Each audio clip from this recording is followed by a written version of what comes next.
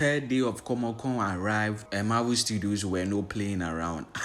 I don't know, did they decide that today we are going to destroy everyone who came before us? Even what we actually did for the animated panel was nothing. And for sure, Marvel Studios are planning out phase 5 and even phase 6 to some degree. And here I'll be breaking down and listing all the Marvel Studios announcements on the third day of Comic-Con. But before that, let's get into the phase 4 stuff that they revealed before getting into phase 5 and phase 6. So let's just jump right into it. First off, they released the second trailer for She-Hulk, which looks amazing. I can't wait for this show on August 17th, which is going to be released. And man, were there some reviews. And I think I'll be making a breakdown for the trailer, so stay tuned for that. And secondly, they released the first teaser trailer for Black Panther Wakanda Forever, and it sure looks like it's going to be an emotional roller coaster packed with action. From watching the trailer, I just miss the presence of Chadwick Boseman, and hopefully they do the movie justice, and it's going to be Marvel's last project that ends phase 4. So now that we have done with the phase 4 stuff, let's jump into phase 5, which starts with Ant-Man and the Wasp: Quantumania. And this movie is not only meant to start off phase 5, but also meant to introduce the next big bad for the MCU as a whole, Kang the freaking Conqueror. We got some new posters. We see Ant-Man, we see the Wasp, we see their daughter Casey Lang, who's also going to get her own suit and fight alongside her parents. MODOK is also meant to be in the movie. He's going to be the second villain and be the advisor of Kang. Everyone was present at the panel. Jonathan Majors, this was his first Comic-Con. I remember this version of the character is totally different from what we saw from Loki. This guy is actually the real deal. Now, there were some footages that were shown during Ant-Man and the Wasp: Quantumania, and I'm going to read what was seen or what was shown.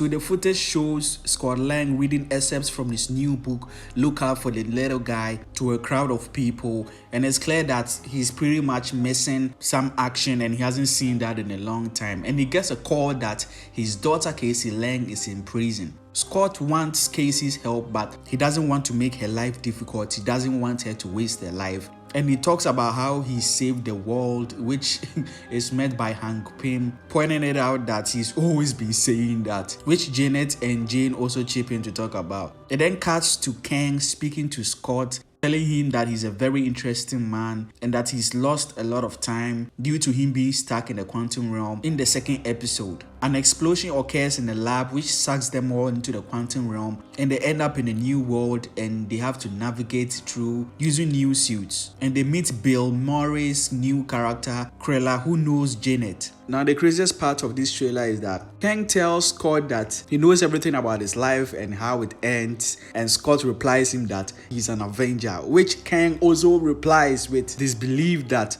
has he killed him before. Now, the interesting thing about this trailer is that Kang is very interested in Scott Lang outside of him being an Avenger. And the thing is that could it be that is very crucial to the timeline, because when Tony Stark invented time travel through the quantum realm, it was Scott Lang who gave him the idea and motivated him. Or could it be that it's something that Scott has not yet done and Kang is trying to prevent? And from what is shown in the trailer, Kang doesn't seem antagonistic towards Scott, which is surprising, but that doesn't mean that they are all not in danger. Jonathan Majors just summarized everything that his character is going to do in the MCU.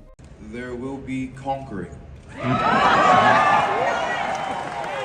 The movie is set to be released early next year, February 23rd, and it's going to be crazy. The next project is Secret Invasion, which is going to be a TV show on Disney Plus, and it's going to follow Nick Fury, who is going to return back to Earth to investigate some Skrulls who have infiltrated Earth for years. As we find out from Spider-Man Far From Home, Nick Fury has been in space all this time. So, and from what people have seen and sources, this is going to be a very dark political thriller and very gritty, and people even compare it to Captain America Winter Soldier when it comes to it. And Kobe Smulders, who plays Maria Hill, says, in the show, you are not going to distinguish between Skrulls and humans. That's how it's going to keep you on your toes, never knowing who is real or who is fake. The show is due to come out spring of 2023. We then have Guardians of the Galaxy 3, which is going to be the conclusion of the Guardians story. Now, there was a footage shown, and I'll read this description for you guys. So Gamora is now the leader of the Ravagers, to Peter's surprise, who asks her if she remembers her time with them,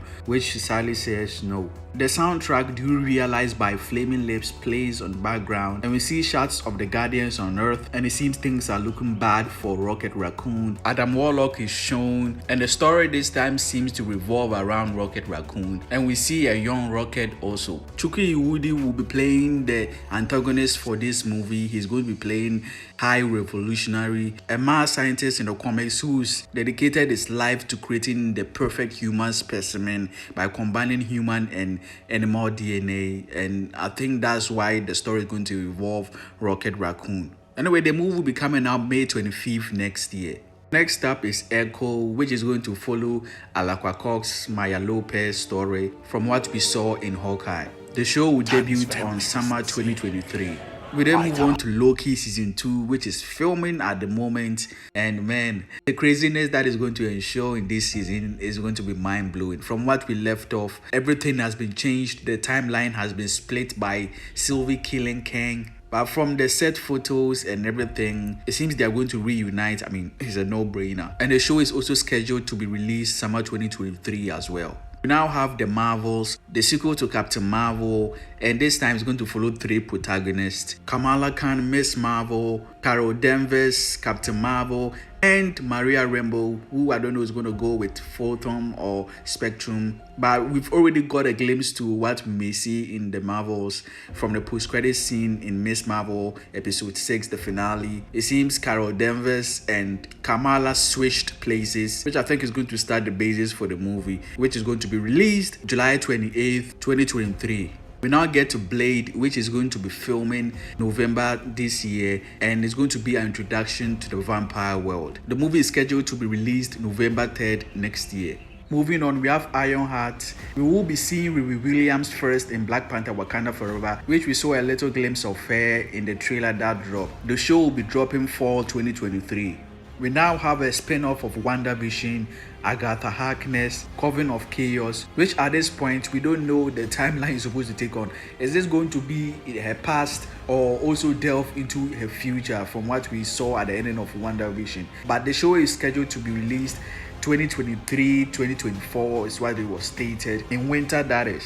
We then move on to one of our most anticipated shows, Daredevil Born Again. This show is supposed to be a soft reboot and Charlie Cox is returning. But before that, she's going to make appearances in different shows and perhaps movies. We've not heard of that. But he's going to appear in She-Hulk, which we saw a tease of him in the trailer, and also in Echo. This show is going to be 18 episodes, the first ever. Even Netflix had 13 episodes. And Disney has been going with the 6 episodes format with the occasional 9 episodes with She-Hulk and WandaVision. But hey, I'm not complaining. I'm excited for this. The show is scheduled for spring 2024. We then get into the 4th movie of Captain America. That is Captain America New World Order. This is going to follow straight from Captain America and the Winter Soldier, which I'm very excited for. The cast hasn't been released yet, but I bet it will be soon. The movie is going to be released May 3rd, 2024.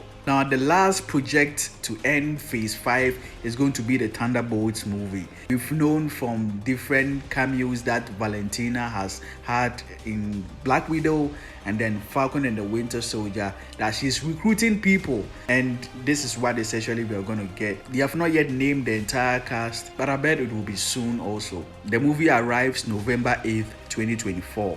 Now, Phase 5 has not yet even come, and Marvel has already planned out Phase 6. And starting with that, we have Fantastic Four. They are Marvel's first family, so I can understand if Marvel wants to use them as the anchor of Phase 6, with Reed Richards, Mr. Fantastic, leading the charge against Kang. Now, there were some spots missing, but the ones that were most notable were 2 Avengers movies, which is insane as we are getting 2 Avengers movies in 1 year. And the first one is Avengers Kang's Dynasty. And as the name suggests, Kang is going to do some conquering and people will try to bring down all that he's trying to build and take over. The second Avengers movie is Avengers Secret War, which is crazy. An insane movie that people have been predicting and rumored to be in phase 5, but now it's in phase 6, and it's going to be the movie that concludes phase 6. And this whole saga from phase 5 to phase 6 is the Multiverse Saga, as Kevin Feige named it. And man, this Comic-Con, Marvel just killed it. DC, I'm just so disappointed. They came out with two trailers, Shazam Fury of the Gods and Black Adam, and no Henry Cavill, no freaking Henry Cavill.